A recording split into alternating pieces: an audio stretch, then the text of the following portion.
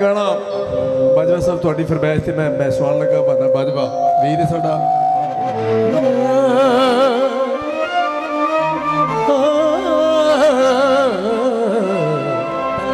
असी तेरे तू साडा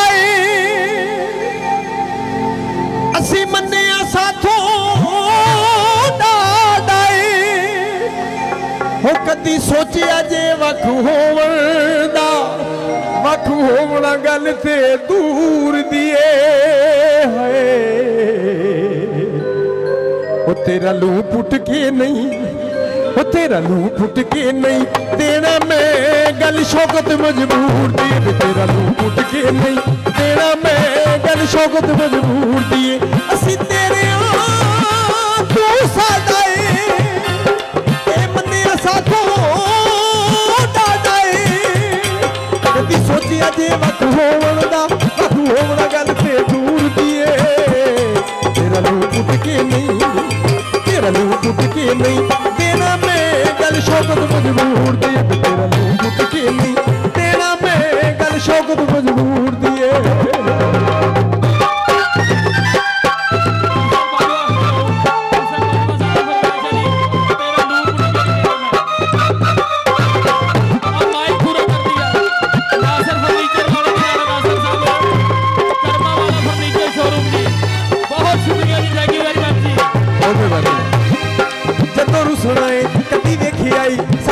क्यों फिका पै जांदा तेरा लड़ पैना सानू सो रब दी साडी जान ही कढ के ले जांदा बड़ी मेहरबानी तुहाडे प्यार दी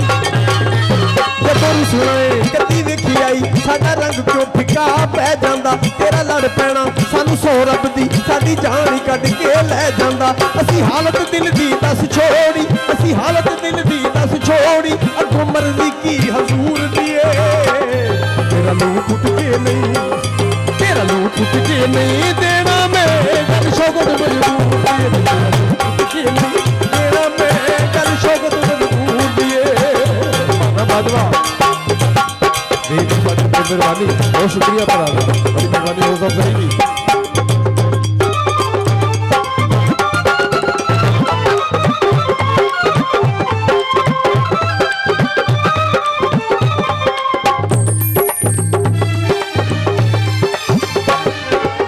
शौकत बिन जी सकदी नहीं जे जी सकनी है दस देनी एक हुसरत साडे दिल दी है कदी नौलां दे विच वसदे नहीं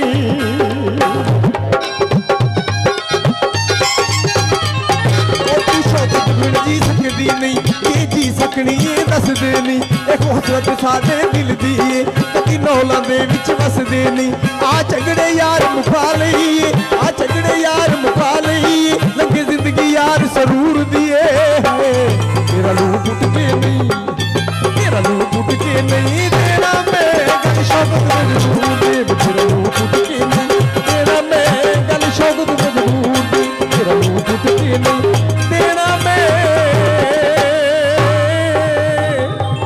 ए गल शौकत मजबूर दे।